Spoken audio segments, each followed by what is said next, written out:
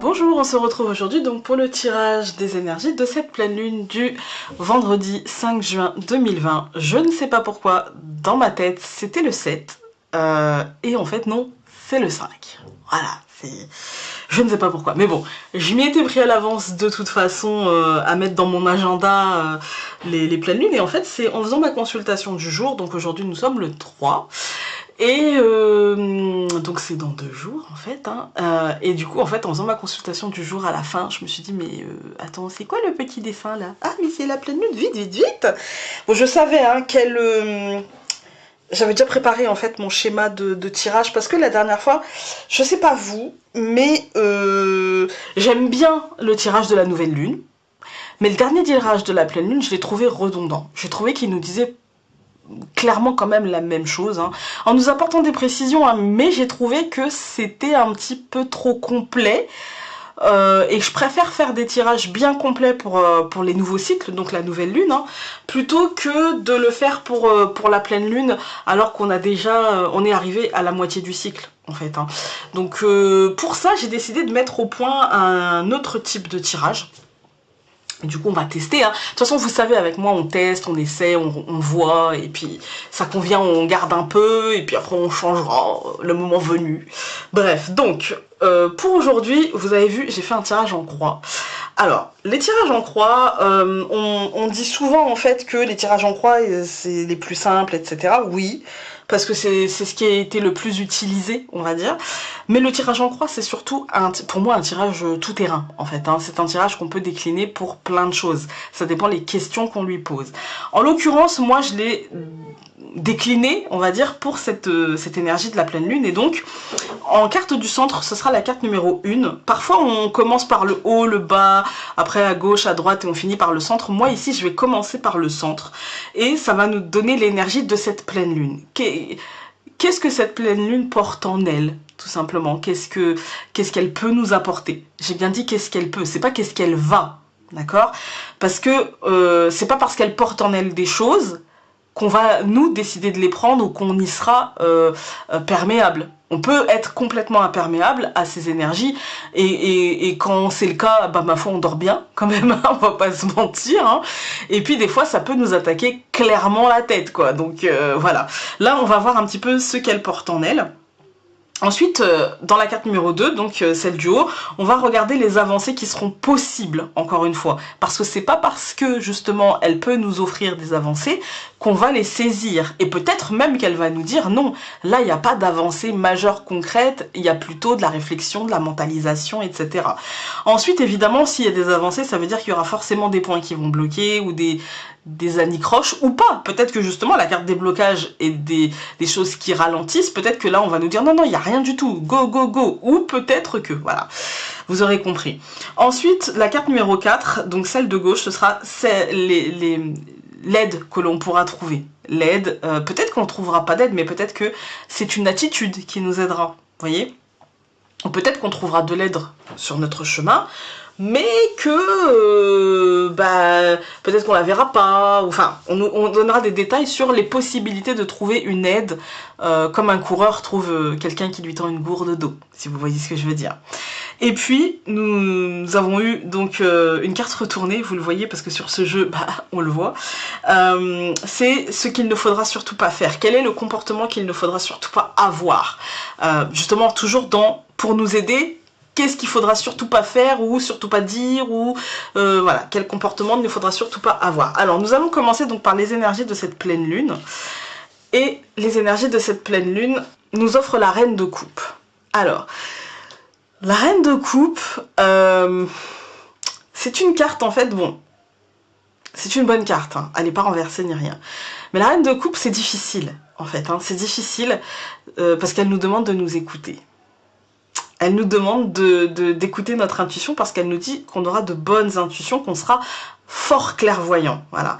Elle nous demande du coup de nous faire confiance, et de faire confiance à cette clairvoyance, au message que l'on peut recevoir. Et ça c'est difficile, de se faire confiance. Vous voyez, là la reine de coupe c'est une chouette. C'est une chouette qui tient quelque chose, bah, il y a une boule, et puis vous voyez il y a quelque chose de métallique, comme si elle transmettait quelque chose. Donc il est possible qu'on ait des messages comme ça en nous, mais des messages qui peuvent ressembler à des déclics, ou qui peuvent ressembler à on se dit que, à une réflexion, et en fait c'est une réflexion qui est peut-être guidée par là-haut, par les petits gars de là-haut, tout simplement. Cette carte, en fait, c'est aussi le lien, la chaîne, hein, c'est bien représenté dans cette carte, c'est le lien que l'on entretient aux autres, que ce soit des liens amoureux ou des liens amicaux. Là encore, il faudra se faire confiance, il faudra faire confiance à ses intuitions, il faudra faire confiance, que ce soit dans l'aide que l'on peut apporter aux autres, ou j'ai besoin d'aide et du coup je vais faire confiance. Vous voyez, c'est un peu les deux. La reine de coupe, c'est quelqu'un, ça peut être vous, d'accord, mais ça peut être quelqu'un autour de vous, c'est quelqu'un qui sera de bons conseils. Cette carte, elle vous dit que il y a des possibilités, en fait, que cette pleine lune porte en elle des énergies de joie, des énergies de trouver de l'aide, des énergies de retrouver, en fait, en soi-même, la joie de vivre, tout simplement.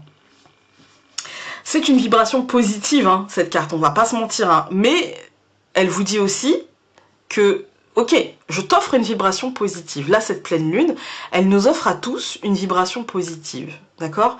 Mais si on décide de vibrer négatif, si on décide de focuser sur le négatif, je sais pas si ça se dit focuser d'ailleurs, si on décide de faire un focus sur le négatif, si on décide que en fait c'est non, la vie c'est noir, c'est pas beau, et puis de toute façon moi j'ai pas envie, et puis c'est le brouillard, et puis patati, et puis patata, en fait si vous vibrez négatif, vous allez attirer du négatif. Mais elle vous dit que, elle n'est pas retournée, elle est bien droite, elle vous dit si tu te fais confiance, si tu t'écoutes et si tu vibres positif, il y a des possibilités.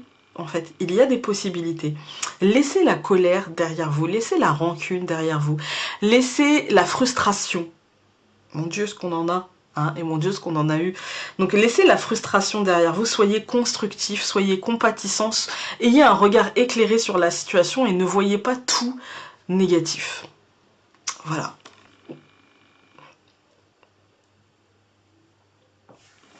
Je suis désolée si je renifle, hein, mais je ressors et du coup j'ai plein d'allergies. Ensuite, donc, la carte numéro 2, comme je vous ai dit, ça sera celle du haut, c'est le 7 de bâton. Donc, si vous vous rappelez, la carte numéro 2, c'était les avancées. Voilà, quelles seront les avancées possibles? D'accord? Et là, c'est le 7 de bâton. Le 7 de bâton, il nous parle d'une période d'examen, mais d'une période positive, encore une fois. Ça vibre fort, hein, avec la reine de coupe. Il y a des réalisations, peut-être même, qui se sont déjà passées, mais il y a des choses positives, des messages positifs sur la suite. Voilà. Par rapport à un examen, par rapport à, par exemple, un test, par rapport à peut-être un concours, par rapport à... Voilà. Il y a des réponses positives qui s'amènent dans cette période-là, du coup, hein, jusqu'à la nouvelle lune, on va dire. Du coup, dans ce truc de test, il peut y avoir aussi des remises en question qui seront possibles, des remises en cause d'un schéma, des remises en cause de... Ok, d'accord, il y a peut-être plein de choses en même temps, hein. C'est pas forcément un concours, hein. Ça peut être un test de la vie aussi, hein. Voilà. Il y a des... Comme si en fait on nous poussait à nous remettre en question. Comme si, et du coup, ça résonne bien avec fais-toi confiance et suis tes intuitions. Peut-être qu'on va nous pousser à nous remettre en question, il peut être aussi le temps de faire un bilan, en fait, de voir un petit peu... pour moi, le 7, c'est toujours un petit peu le bilan, le compte-rendu. Vous voyez, la pause d'étape pour me rendre compte de... Et puis on peut aussi vous demander dans votre travail, hein, peut-être de faire un compte-rendu, ou peut-être que vous allez demander à ce qu'on vous en fasse un de compte-rendu. Et c'est peut-être bon, si vous vous posez la question de savoir s'il serait temps de mettre votre nez dans ce qui se passe, cette carte-là, elle vous dit oui, hein, clairement.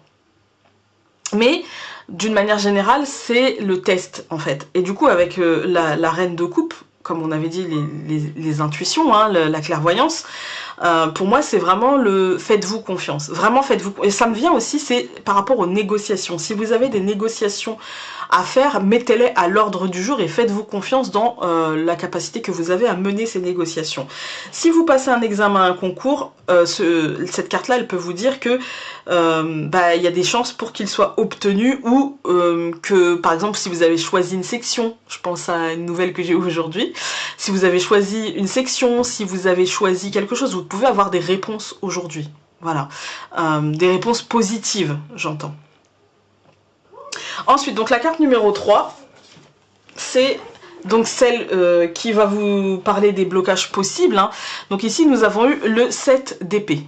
Donc le 7 d'épée dans les blocages, et c'est plutôt pas trop mal. Vous avez vu, on a le 7 de bâton et là le 7 d'épée. Pourtant j'avais bien... Enfin c'est pas avec ce jeu-là hein, que je travaille, mais celui-ci c'est pour illustrer, parce qu'il est beau en fait. Hein. Après il a une énergie, et je l'aime bien, hein, mais ce que j'aime moins c'est ça, en fait, c'est qu'on voit... en fait, vous voyez, je vais vous montrer l'arrière des cartes. On voit en fait derrière... En fait on voit si c'est renversé ou pas, parce qu'il y a écrit... En fait, Lisa Parker, donc c'est un peu pas... Voilà, hein. Je préfère travailler avec des cartes où je ne vois pas si ça tombe... Après, si ça se dévoile, ça se dévoile. Mais, vous voyez, moi, je suis un peu tête en l'air et du coup, des fois, ça tombe renversé. Et en fait, quand je pose toutes les cartes qui se sont retournées, et ben là, je vois... Enfin, quand je commence mon tirage, là je vois si c'est retourné ou pas, si c'est renversé ou pas quoi. Et avec celui-ci je verrai tout de suite. Donc c'est pas... Voilà. Et j'ai pas envie d'influencer en fait. Parce que souvent quand c'est renversé, moi la première on se dit ah, j'ai pas envie. Et du coup je préfère... voilà. Bref, donc là... Dans les blocages, donc le 7 d'épée, c'est plutôt pas mal parce que justement, on a cette carte, elle nous dit que les blocages seront peut-être dissous grâce justement à un esprit clair et grâce à l'écoute des intuitions, en fait. Hein. Vous aurez l'occasion, en tout cas, de résoudre vos soucis ou au moins en partie. Voilà, tout au moins en partie. Ça peut passer par l'idée de l'abandon, ou en tout cas de l'acceptation de quelque chose. Par exemple, l'abandon d'une colère, l'abandon d'une rancune, l'acceptation de la trahison, par exemple, ou en tout cas du sentiment, parce que la trahison, ce n'est qu'un sentiment. La personne qui vous trahit, elle n'a jamais l'impression de vous trahir, et pourtant, même si c'est gros, hein, même si c'est gros, enfin je veux dire, la phrase, ça veut tout dire, hein, cette phrase, c'est pas ce que tu crois. Bah si, en fait. Mais la trahison, c'est un sentiment, c'est quelque chose que l'on ressent. Et donc, soit qu'on choisit de ressentir, parce que parfois c'est pas si grave, hein, ou soit que l'on ressent parce qu'on a décidé de ne pas voir en amont et que du coup on a laissé faire les choses jusque-là. En fait. Donc voilà, ça peut passer par l'acceptation de ce sentiment ou encore une fois, le fait que le monde peut... la prise de conscience en fait que le monde n'est pas doux. Ou encore une fois, le fait de prendre conscience que le monde n'est pas forcément douceur et tendresse et justice. Parfois, le monde est dur et violent et injuste. En fait. Parfois le monde est comme ça et peut-être que ça vous demande d'accepter ça. Quand je parle de ça, je ne parle pas, évidemment, on est, comme je vous ai dit, le 3, je ne parle pas de l'ambiance générale du moment où on est passé de la frustration à la colère, l'exaspération, la tristesse. Non, je parle pas de ça. Là, on est dans vos vies, d'accord ? Donc peut-être que ça va vous impacter vraiment fort, mais peut-être que tout simplement vous allez ressentir ça dans une situation très personnelle, professionnelle, amicale, sentimentale, familiale. Voilà, peut-être que vous allez vous dire que c'est pas juste. Pourquoi moi je ressens ça? Pourquoi moi je dois vivre ça? C'est pas juste en fait, vous voyez? Il y a peut-être quelque chose comme ça. En tout cas, sachez que vous résolviez ou non vos soucis, ça vous laissera un goût amer. Parce que on est dans l'acceptation. Et qui dit acceptation dit renoncement à sa colère, à sa frustration, à sa rancune, à sa victimisation. Et ça laisse toujours un goût amer. Et c'est pas un gros mot, le mot victimisation. C'est pas un gros mot, d'accord? Parce que parfois, pour accepter, on a besoin de se sentir victime. On a besoin d'être reconnu comme victime. Voilà, c'est pas un gros mot, la victimisation, d'accord? C'est utilisé à mauvais escient, mais comme beaucoup de mots, en fait. Hein. En tout cas, voilà, c'est peut-être que vous allez devoir accepter, et du coup, peut-être que ça va vous laisser un goût de cendre dans la bouche, un goût d'inachevé, un goût de... Voilà, mais accepter, laissez couler, vraiment. Donc, dans les blocages, vous voyez, c'est plutôt ne vous accrochez pas aux énergies négatives. Cela pour... de toute façon en règle générale, hein. Mais là d'autant plus on vous invite à ne pas vous accrocher pour pouvoir justement vous faire confiance et pour pouvoir justement avancer et aller de l'avant en fait, et puis concrétiser et si quelque chose vous plombe, si vous avez l'impression de tirer un boulet et d'essayer de... On ne sauve personne, d'accord? Essayez de vous sauver vous-même, vous ne pourrez jamais sauver l'autre. Ça ne dépend pas de vous, en fait, ça ne dépend pas de vous. Et n'essayez pas de sauver une situation qui est en train d'arriver à son terme. N'essayez pas de la faire perdurer, vous ne ferez que générer de la frustration. Voilà, donc lâchez prise et puis acceptez ce qui arrive après. Ensuite, donc, la carte numéro 4, donc c'est celle-ci. Et celle-ci, nous avons eu le 3 d'épée, celle-ci c'était ce qui vous aidera. Ce qui vous aidera, c'est d'accepter et de vous adapter. Voilà, c'est l'acceptation et l'adaptabilité, rien d'autre. C'est ce qui vous aidera à dépasser l'instabilité ambiante. Ne fuyez pas la réalité, ne fuyez pas la vérité, d'accord? Attention, parce que si vous commencez à fuir la réalité, vous récolterez bien plus tard les fruits de vos petits arrangements avec vous-même, hein, de vos petits arrangements avec la réalité. Et franchement, hein, les fruits que vous récolterez ne seraient que très peu savoureux, si vous voyez ce que je veux dire. Ils laisseraient un... C'est pas un léger goût amer, là on est sur du piquant, hein, on est sur de l'acide, de la mer, du piquant tout à la fois, c'est pas très sympathique, d'accord? Donc ne fuyez pas, la fuite en avant n'est certainement pas une solution, vraiment pas. Peut-être que votre situation exigerait justement une confrontation à la réalité, ou une verbalisation de votre vérité, peut-être que ça justifierait peut-être aussi une rupture de schéma, une rupture tout court, une rupture verbalisée, que ce soit professionnelle, amicale, sentimentale, ou juste peut-être d'accepter l'obstacle, d'accepter la montagne qui se présente à vous, le retard, le contretemps, sans vous énerver, sans vous agacer, pour justement mieux le surmonter. Voilà.